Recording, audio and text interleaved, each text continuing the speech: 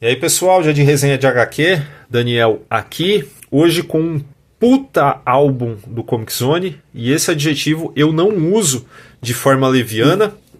Nós temos aqui O Grande Poder do Schninkel, que é de autoria da mesma dupla responsável por Torgal. Quem conhece um pouco de quadrinho europeu sabe do que eu estou falando, sabe que já é algo para se prestar atenção, né, quando você fala dessa dupla, né, o Jan Van Ham e o Grzegorz Rosinski.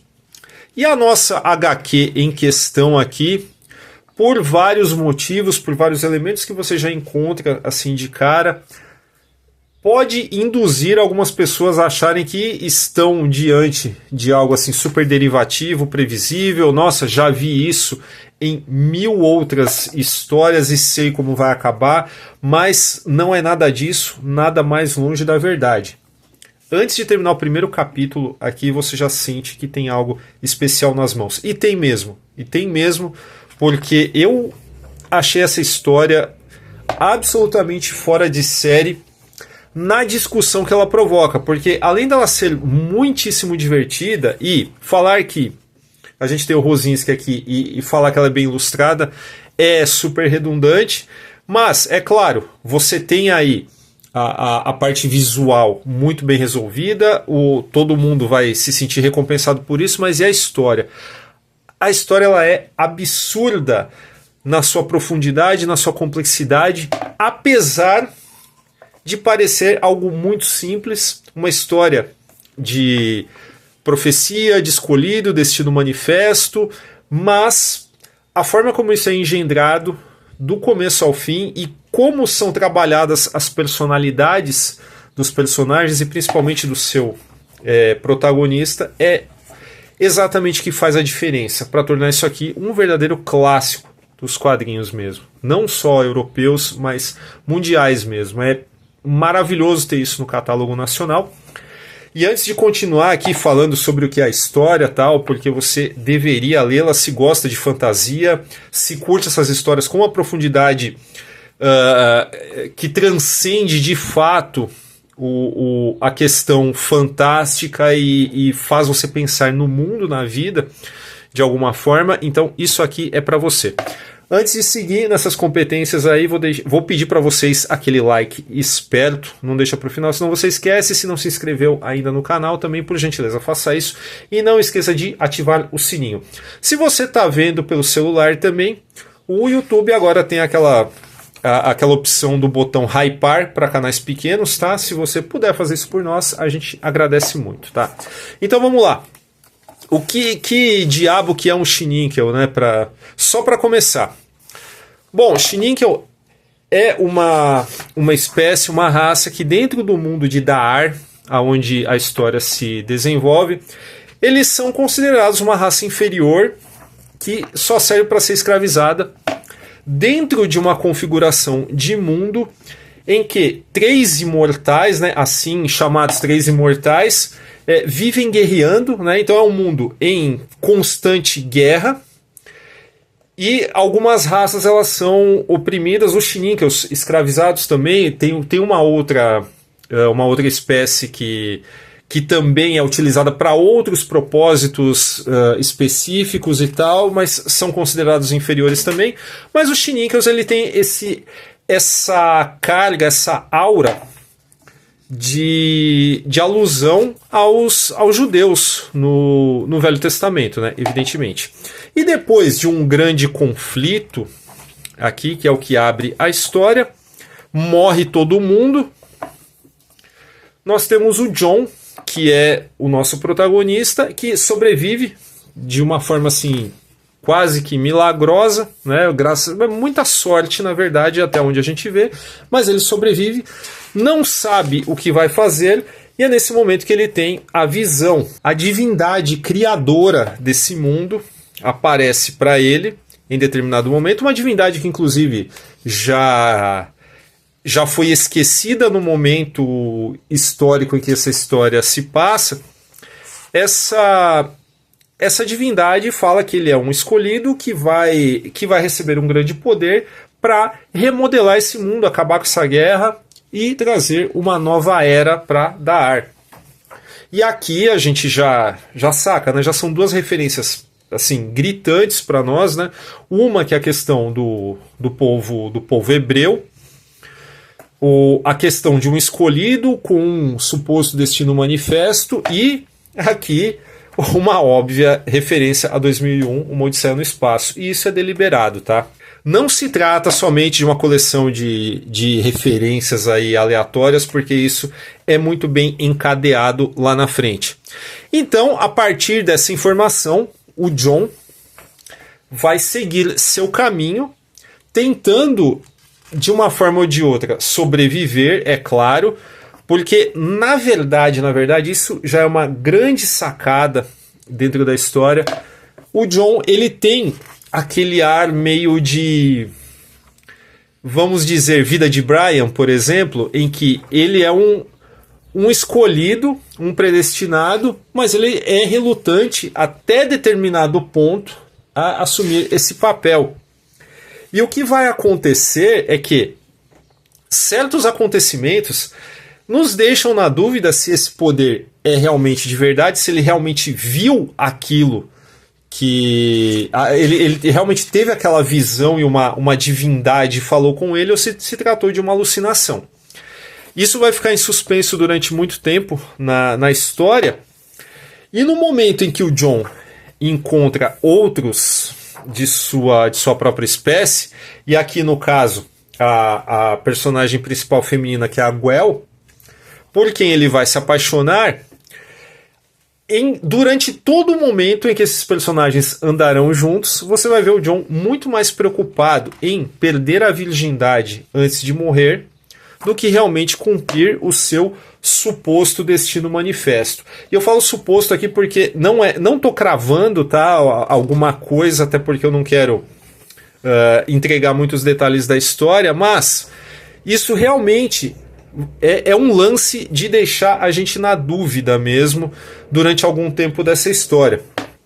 E é uma história assim bem pesada, ela tem esse caráter reflexivo, mas ela também vai ter seu lance mais violento, mais sádico de alguma forma, né? Aqui você tem os codes, né, que são anões, né, comuns nesse gênero de fantasia, assim, prestes a abusar sexualmente dela quando ele aparece. Mas tem esse caráter mais humorístico de certa forma, mas essa parte humorística, quando eu falo humorística, eu estou falando no interesse que ele tem na Gwen, né? E a todo momento que ele tenta perder a virgindade, ele acaba não conseguindo. E isso é o que traz certa comicidade para a nossa história aqui, né? Dá essa quebrada realmente no conteúdo mais sério, mas é uma quebrada que de forma alguma sacrifica ou faz a gente esquecer sobre o que nós estamos lendo. E assim a história segue de forma a aludir muitas outras passagens mais conhecidas da Bíblia, né? Isso também obviamente é deliberado, e no momento em que a comunidade Shininkel vai abraçar o John como seu salvador, embora ele mesmo em determinados momentos negue isso e de fato só queira sobreviver. Enfim, conforme a história progride, nós veremos mais elementos fantásticos aparecendo aqui. Esses personagens aqui, aliás, todo esse ar aqui criado pelo visual do Rosinski, e esses personagens que lembram de alguma forma os Gelflings do Cristal Encantado do Jim Henson, né? Não sei quantas pessoas vão lembrar dessa referência, mas para mim ela foi meio óbvia durante o decorrer do álbum aqui, que é da segunda metade dos anos 80, então o Cristal Encantado é de 82 mais ou menos, e lá no final você tem paratextos, né? Tem entrevistas tanto com o Rosinski quanto o Van Hamme, e o Rosinski cita o Cristal Encantado, então é bem bacana conhecer todo o pano de fundo referencial desses artistas ali. As entrevistas elas são bem reveladoras mesmo, de várias formas, até a escolha de nomes e as opções visuais e tal. e como essa discussão vai evoluir, porque tudo isso aqui nada mais é do que uma grande discussão sobre essa natureza da fé, sobre devoção, sobre qual é o impacto geral, né, o impacto social disso. E a gente tem um final que é realmente inesperado de várias formas. Acho que inúmeras passagens elas são inesperadas aqui pela forma como a história se apresentou, porque aquilo que poderia dar a entender algo previsível de fato lá no começo, ele é quebrado logo de cara, e é isso que captura a gente de toda forma. Chega um determinado momento em que não sabemos mais o que vai acontecer, se esse poder vai funcionar, se esse poder não vai funcionar, para onde vai, como essa questão de terminar a guerra e cumprir essa profecia vai ser alcançada, e se é que vai ser alcançada de alguma forma. É claro que tem muita coisa que acaba sendo por eles mesmos interpretados de alguma forma e acaba acontecendo de outra forma, e no final das contas a revelação, o desenlace disso, que chega em um ponto que para mim foi deveras inesperado de fato. E aí você percebe qual era de fato a intenção do texto do Van Hamme com tudo isso.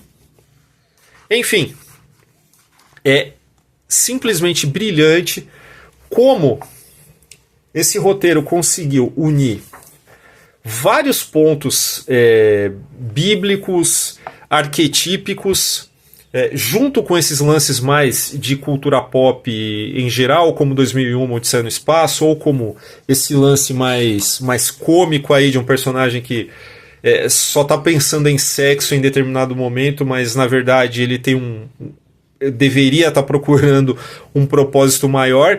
E como, apesar desses pontos aparecerem e você falar, sei lá, você olha para determinada coisa e você fala, tá, isso aqui é Judas, por exemplo, sabe? E isso não aparece, não é desenvolvido de uma forma muito óbvia. Acaba aparecendo de uma forma orgânica e, até certo ponto, inesperada.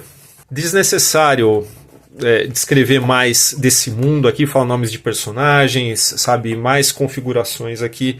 Eu acho que eu já dei o recado aqui sobre como o Grande Poder do Schinkel é uma HQ especial de inúmeras formas. Quem se importa com essas discussões, tá, que transcendem de fato a fantasia, a diversão, porque apesar de tudo uma narrativa assim muitíssimo divertida, mas ela vai muito além disso no final das contas, vai sentir-se recompensado ou recompensada de alguma forma aqui. Então, uma das grandes leituras aqui de 2024, não tenho a menor dúvida. Mais uma vez, Comic Zone marcando um golaço aqui na curadoria. E se você curtiu tudo que eu falei, se você já leu, obviamente, puder comentar aí da sua opinião, é sempre bem-vinda. Se você não leu ainda quer adquiri-la, nós temos aqui o link para compra na Amazon na descrição do vídeo, tá? Se você puder comprar pelo nosso link, ajuda bastante aí o nosso projeto. E fora isso, os mesmos recadinhos do começo. Se você não deu um like, por favor, faça isso agora. Não esqueça de ativar o sininho. Se inscreve no canal também, por favor. Marca aí o botão de hype se você está vendo pelo celular, tá? E o Formiga Elétrica também tem uma campanha de financiamento coletivo e recorrente no Apoia-se. Está aparecendo aí na tela. Dá uma olhada lá, vê se você gostaria de ajudar a gente, fazer parte aí do nosso grupo exclusivo de apoiadores no WhatsApp. Tem muita coisa legal lá, conteúdos exclusivos. Recebe o nosso podcast do Spotify primeiro, antes da publicação das plataformas. E é isso. Boa leitura.